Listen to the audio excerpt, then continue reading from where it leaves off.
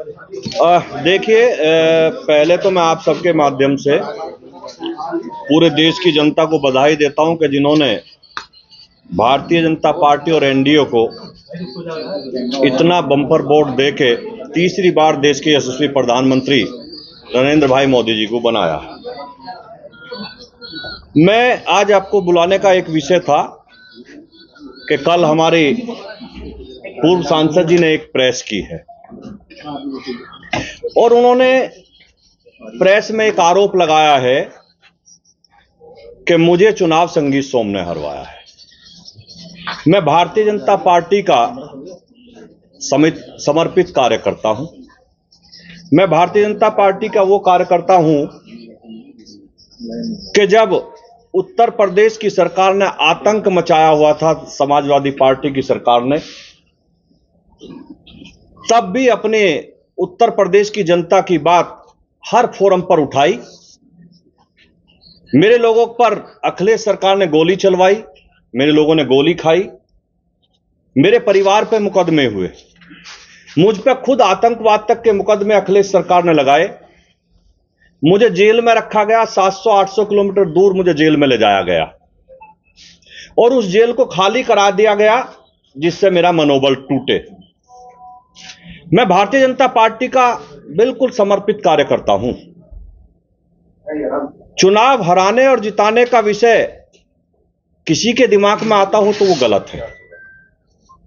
चूंकि मैं भारतीय जनता पार्टी के लिए काम करता हूं, किसी कैंडिडेट के लिए काम नहीं करता, मैं कमल के फूल के लिए काम करता हूं। मेरी पार्टी ने मुझे जिम्मेदारी दी गई थी कि सरधना विधानसभा पार्टी की जीतनी चाहिए। इतनी विपरीत परिस्थितियों के बाद जब सरधना में कोई विकास ना हुआ हो, सरधना की जनता पे मुकदमे कराए गए हों, सरधना के लोगों को जेल भेजा गया हो, लेकिन उस विपरीत परिस्थिति के बाद भी भारतीय जनता पार्टी सरधना पे बराबर रही, हार कर नहीं गई। हारने का कारण माननीय मंत्री जी को खुद देखना चाहिए कि वो बुढ़ाना जैसी विधानसभा में क्यों हारे, वो चरथावल जैसी विधानसभा में क्यों हारे। हमारी वो विधानसभा है वे जिसमें वो कहते हैं कि मैंने विकास के नए आयाम रचे हैं।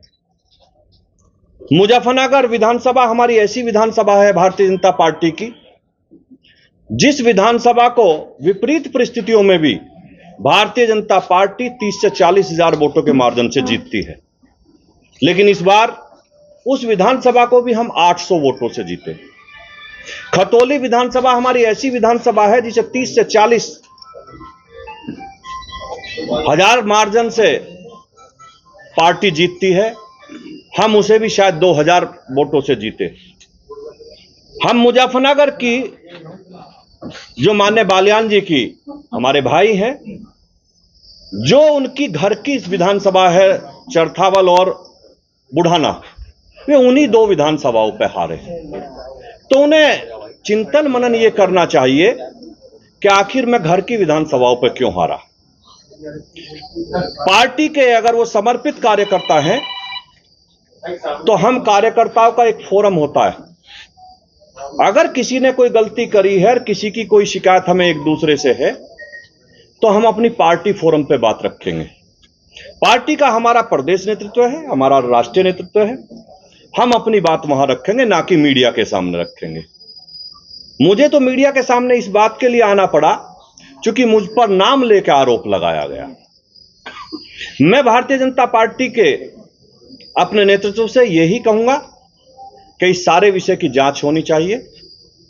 मैं भी 2022 में चुनाव हारा था। कारण क्या है मैं कुछ नहीं कहूंगा, लेकिन मैंने पार्टी को अपनी बात बताई और पार्टी ने उसकी जांच की होगी या कर रही होगी। मैंने कभी भी मीडिया के सामने हार का ठीकरा किसी के सिर पर नहीं फोड़ा आके। मैं संजीव बालियान जी को भी यही सलाह देना चाहता हूं कि पार्टी के कार्यकर्ता के तरीके से आप अपनी बात रखिए, पार्टी फोरम पर रखिए, मीडिया के सामने मत रखिए, चूंकि हम घर की लड़ाई बाहर नहीं ले जा सकते। और मैं विपरीत परिस्थितियों में, मेरी पर्सनल नाराजगी होने के बावजूद, मैंने संजीव बालियान जी को सरधना पे चुनाव नहीं हारने दिया। मैंने इतनी मेहनत करी, कार्यकर्ता लगने के लिए तैयार नहीं थे। चुनाव के दिन आपकी जानकारी के लिए मैं बता दूं, जो हमारी पार्टी के बस्ते गए वो भाजपा के बूथ अध्यक्ष से लेकर सपा के बूथ अध्यक्षों को दिए गए। लेकिन उस परिस्थिति में भी हम लोगों ने भारतीय जनता पार्टी को चुनाव जिताया। भारतीय जनता पार्टी का कार्यकर्ता ही चुनाव जिताएगा, ना कि समाजवादी पार्टी का कार्यकर्ता चुनाव जिताएगा। मैं आज आप लोगों के बीच में यही कहने के लिए आया था कि मैं भारतीय जनता पार्टी का समर्थित समर्पित दोनों तरीके का कार्यकर्ता हूं।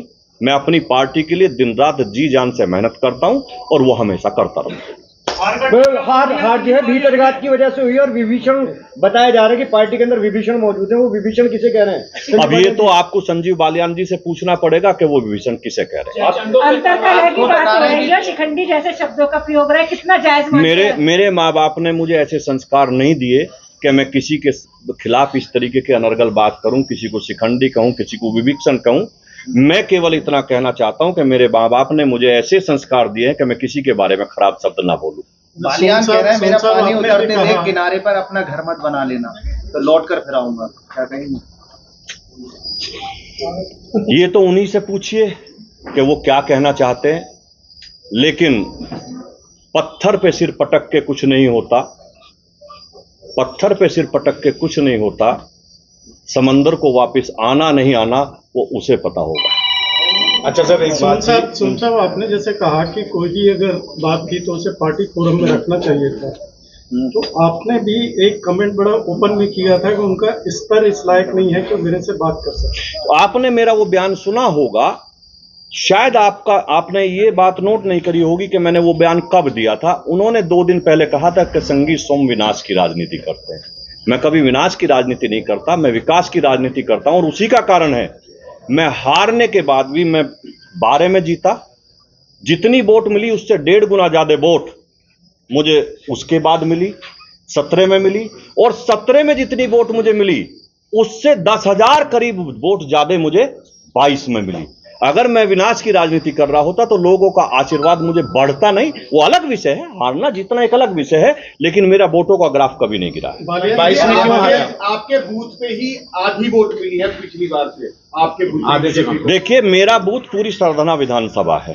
आप एक बूथ की बात नहीं कर सकते। अगर ये बात आप करेंगे तो हमारी विधानसभा बुढ़ाना में एक सोरम गांव है, वो हमारा बहुत बड़ा गांव है। उसमें हमारे देश के बड़े बड़े लोग रहते हैं। और संजीव बालियान जी का वो बहुत एक ऐसा गांव है जो जिसे वो अपना घर मानते हैं।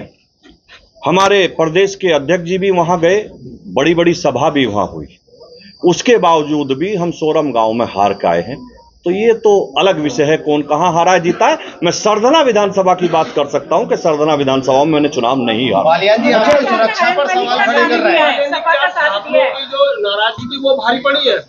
देखिए, अगर आप ठाकुरों की नाराजगी की बात करेंगे तो मैंने कहा विपरीत परिस्थिति के बाद, लोगों की नाराजगी के बाद भी हमने विधानसभा नहीं हारने दी। बालियान जी आपकी सुरक्षा पर सवाल खड़े कर रहे हैं। अब ये उनका विषय है, वो क्या कर रहे हैं। सुरक्षा कोई ओब्लिगेशन नहीं होता। उन्होंने सीधा सुरक्षा अगर अगर आप मेरी बात सुने, हाथ तो मैं सबसे मिलाऊंगा, मेरा कोई दुश्मन नहीं है। अगर मुझे हरेंद्र मलिक मिलेंगे उनसे भी हाथ मिलाऊंगा, मुझे देश का कोई और बसपा का नेता मिलेगा उससे भी हाथ मिलाऊंगा। मैं दुश्मनी किसी से नहीं करता, मेरी सबसे दोस्ती होती है। तो पार्टी को चुनाव लड़ाया और सरकारी सुविधाओं का आप आनंद ले रहे हैं। मेरे पास कोई सरकारी सुविधा नहीं है, सुरक्षा सुविधा नहीं होती। सुरक्षा इंटेलिजेंस की देन होती है, वो सरकार की नहीं, वो तो विपक्ष के नेताओं को भी मिली होती है। इतनी जानकारी सब लोगों को होनी चाहिए। सोम साहब, बालियान साहब ने एक स्टेटमेंट दिया है। उन्होंने कहा है कि उनकी हार में एक बड़ा मुद्दा था हिंदुओं के जो वोट्स में डिवीजन का होना। इसको आप भाजपा के परिप्रेक्ष्य में किस तरह से देखते हैं? देखिए, मैं फिर कह रहा हूं, हिंदू वोटों का ना निकलना, कम निकलना, डिवीजन भी बोला उन्होंने। मैंने बता रहा हूं, हिंदू वोटों का कम निकलना, किसी कारणवश उनमें डिवीजन होना, ये हार का बड़ा कारण। आरएलडी के आने से बीजेपी को फायदा हुआ है या नहीं हुआ? मुझे नहीं लगता, क्योंकि हम जो सीटें जीत रहे थे हम